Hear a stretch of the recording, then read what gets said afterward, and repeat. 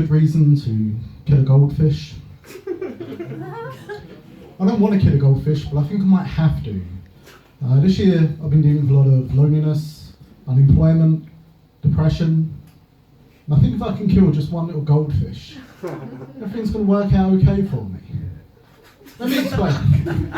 See, I've got an emotional support dog this year, and hands down it's been the best decision of my life. Almost immediately after getting her, all my troubles and worries, they just washed away, and I felt fantastic. But what I didn't know is due to the training they go through, all of their happiness, emotional support animals, sense of self-worth is wrapped up in their ability to do their job. And thanks to my happiness, my newfound lease on life, I'm now no longer the only unemployed person in my household. And my emotional support dog now suffers with depression. And when I realised I hadn't found a cure, I just found a way to pass it on like a curse from some Drag Me to Hell type horror story, I felt terrible. Which was great, because it meant Sandy, my dog, she'd get straight back to work. But that made her happy, which made me happy, and we was back to square one. But it didn't matter, because a solution turned up. It turns out you can get emotional support animals for animals. And I was able to get hold of an emotional support cat for my dog. Now, I was sceptical at first, but having seen them work, it was amazing. Sandy, she'd never been happier. Her tail's back to wagging, she's running around with her tongue lolling, both of us just over the moon.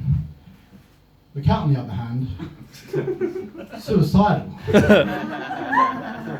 And that was terrible, but I knew what to do. So I wasted no time, and I went out and I was able to get hold of an emotional support budgie for my cat. And again, the budgie got to work, and sure enough, Tiger, my cat, started purring again. He was sleeping all day, going out killing small animals at night. It's a lot harder to describe a happy cat, isn't it? And if I said after I got over my depression, I started sleeping 16 hours a day and going out committing murder every night, you might think I still have a few issues to work through. But me, Sandy, Tiger, we're all happy. We're in the living room, we're having a bit of a boogie, eating toffee apples. But Bertie the budgie, he's up in my bedroom. He won't come down. He's there all day with the curtains drawn, listening to Morrissey. And again, I'm a good pet owner. I should have seen this coming, but I know what to do. So I'll go out and I get an emotional support hamster for my budgie. And again, he gets to work, and sure enough, Bertie the budgie, he comes on down, his tail's wagging, he's singing his little heart out for running around. And I'm so happy, I'm like, oh, let's all go to the fun fair. So we've got me and Sandy and Tiger and Bertie, we're on the ghost train, we're having a great time. And having a hamster, he's come with us, but you can tell he's just not enjoying it. I mean, he's barely touching his candy floss. So I remember when we was at the fair, and we was walking around the hall of mirrors, and I caught my own reflection in the mirror, and I started thinking probably what some of you are, which is, where's this all going to end? Sure, I could go out and get another emotional support animal for the hamster, I'd have to get another animal for that animal, and just go on forever. And I started thinking, maybe I should have taken more responsibility in the start. Maybe I should have got some therapy and worked through my problems instead of putting it on these animals.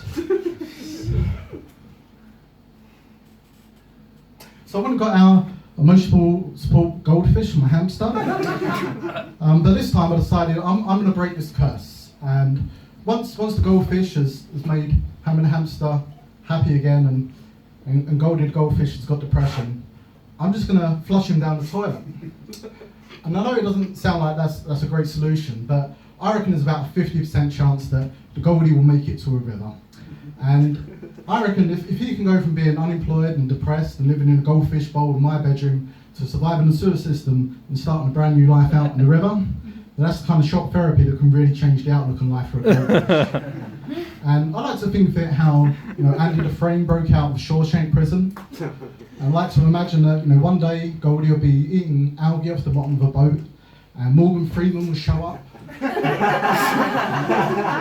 And they'll embrace each other as old friends. I did forget to mention the person I've been getting all the emotional support animals off is Morgan Freeman. And I know there's a 50% chance that the goldfish won't survive, and that does make me sad. But I've got an unemployed emotional support dog at home to think about, and as any emotional support dog owner will tell you, killing a goldfish from time to time just comes with the territory. My name is David. Thanks for listening.